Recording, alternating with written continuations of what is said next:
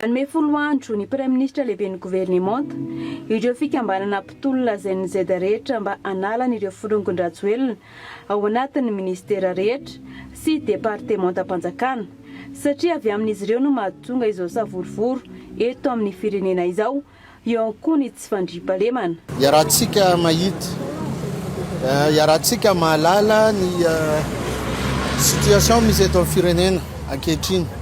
Hitantsika fa mafampana ny toe-draharaha indrindra amin'ny lafiny tsy fandriam-pahalemana, tsy ambanivohitra, tsy an-tanan-dehibe. Dia hitantsika saika misy von'olona etsy, von'olona roa, ary kidnapping etsy, kidnapping roa. Tsy zazakely, tsy olon-dehibe samy victime daholo ao anatin'izay zavatra zay. Koa mampanontany tena ihany satria nijoroan'ny gouvernemanta indrindra nipetrahany PM ankehitriny efa 3 volana zay no ataontsika hoe niasana. Tao anatin'izay 3 volana zay tsy fantatra mazava ny tena direction ny décision zay raisiny sy ataontsika hoe andraikitra zay tena sahaniny ao anatin'izay zavatra zay. Hitantsika fa tsy misy tokotany ny resaka concertation nationale. Hatreto aloha zany mbola tsy misy daty mazava voafaritra.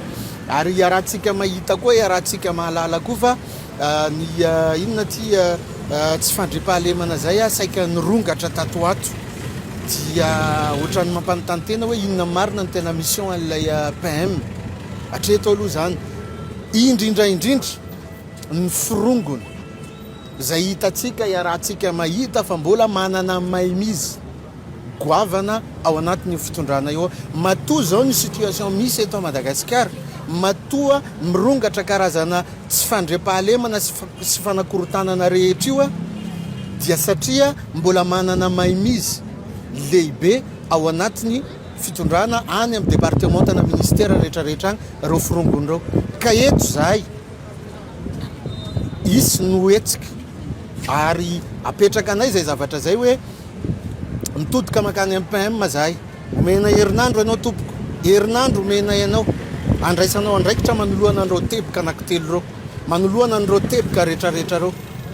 Sy concertation nationale zay mission anisan'ny andraiketan'ilay fitondrana tsisy tokotaniny, tsoa tsy fandriam-pahalemana na an-tanan-dehibe na any ambanivohitra zay tsy voafehy, kidnapping etsy kidnapping roa mirongatra, tsisy ambara, tsisy resaka ny PM manoloana an'izany zavatra zany. Tsy io resaka inona ty fanalana firongony, fanesorana firongony zay hitantsika hoe mbola mahazo vahana.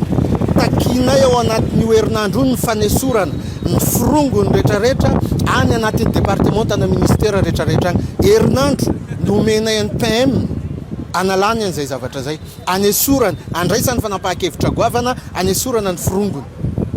Fa noho ny fisian'ireo firongony reo no mahatonga an'izao insécurité mirongatra, mahatonga an'izao karazana inona ty ataontsika hoe instabilité misy eto amin'ny firenena zao. Mangina ny PM manoloana an'izany zavatra zany tsisy décision raisiny. Hitantsika ny tao amin'ny tompona andraikitra ny filaminana omaly niresaka ny teny mihitsy ny amin'ny hoe mahafantatra nge ozy izy nambarandreo zahay fa misy ambadika politika amin'io zavatra io dikan'izay zany miaiky zany ry zareo fa noho ny fisian'ireo firongonireo mbola manana maimizy ao anatin'ny fitondrana mijoro zao mahatonga an'ireo zavatra rehetrarehetra reo. Ka tsy ekena zany tompoko, herinandro menay azy, manome herinandro any PM zahay anesorany firongony andraisany fanapahan-kevitra mazava mba tena ho fantapoko, ho fantam-pirenena, ho hitany vahoaka malagasy rehetra fa tena hoe mandray andraikitra sy tena hoe mahitsy ary miasa lay PM.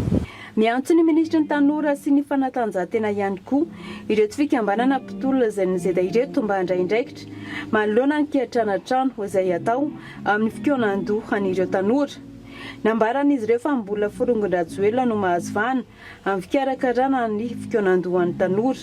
Faro manaraka an'izay koa mikasika ny resaka concertation de jeunes satria efa hiditra amin'ny concertation nationale zao. Iarahantsika mahalala, iarahantsika mahita fa saika hoe be dia be ny tanora ny tabataba, be dia be ny olom-pirenena ny tanora ataontsika hoe maninona ty tsy afapo amin'izay lafiny inona ty fikarakarana sy organisation an'izay concertation nationale des jeunes zay kitrano atrano no zavatra hitantsika hoe misy ao mbola misy ireo firongony anisan'izay miorganiser anisan'izay technicien miorganiser an'ilay concertation de lasa ohatrany hoe tokony mangatakaty n'ilay tanora ao anatin'ilay mouvement ao anatin'ilay organisation ka tsy ekena zany tompoko ary mitodika amin'ny ministry ny tanora sy ny fanatanjahantena zahay mikasika an'io zavatra io mijoroa ianao aoka ianao sarotiny fa tompony andraikitra feno anao am'izao zavatra zao raha tsy vitanao tompoko ny miregle an'io mialohan'ny rosoan'io concertation nationale des jeunes io de tokony ametra-pialana izy nilaza moa ireto fikambanana tanora mpitolo ireto fa tsy maintsy mitendry raha mahita zavatra tsy mety eto amin'ny firenena ary mitondra ny hirifiro ny vahoaka malagasy any amin'ny fanjakana